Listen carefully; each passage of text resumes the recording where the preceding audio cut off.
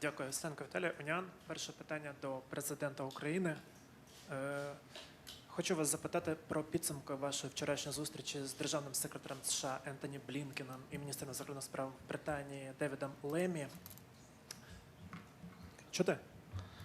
Так, будь ласка. Не дуже добре чути. Тоді я буду гучніше казати. Якщо можна. Ось так. Ваше сприйняття вчорашніх підсумків зустрічі. Чи буде дозвіл на застосування західних далекобійних видів озброєння на завдання ударів по російській території?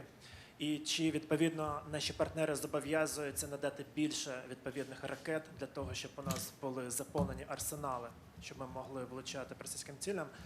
Вчора була зустріч з секретарями двох держав, Сполучених Штатів і Об'єднаного Королівства. Зустріч була дуже серйозною. Україна була щодо далекобійності на цій зустрічі дуже підготовлена, дуже переконливою і дуже детальною. І це важливо, що наші партнери всі ці деталі, сигнали від мене особисто сприймали. Тут треба бути відвертими. Затягування процесу щодо використання нами відповідної зброї, про яку ви кажете, яка є досі з великим дефіцитом у нас, до речі, використання її і можливості їх використати по військових цілях на території Російської Федерації, так ось затягування цього процесу призводить до того, що Росія займається переміщенням цих військових цілей глибше на територію Росії. Тому, якщо знімаються обмеження партнерами, то дуже хотілося б, щоб це була стратегія перемоги України, а не політична стратегія. Знімати обмеження – значить знімати обмеження.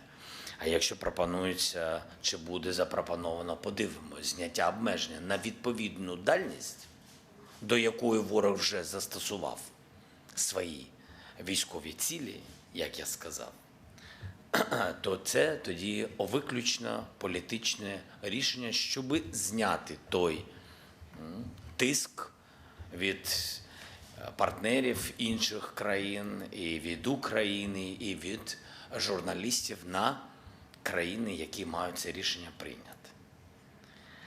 Тому обмеження знімаються, а значить, у нас є відповідний ресурс.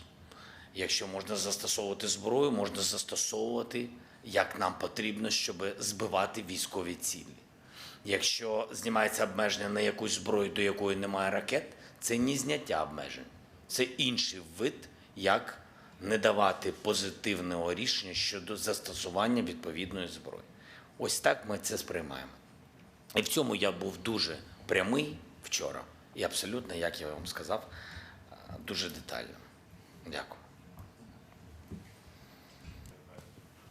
Агентство «Франс Прес», Ганна Цуканова. Питання до президента України. По-перше, я хотіла б уточнити, чи правильно я зрозуміла вашу відповідь на питання колеги.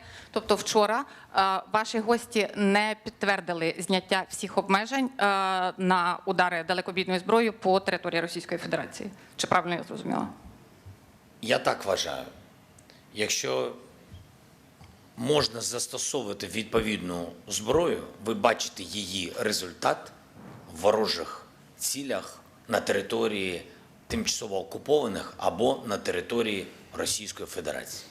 Я на сьогодні не бачу результатів дій відповідної зброї.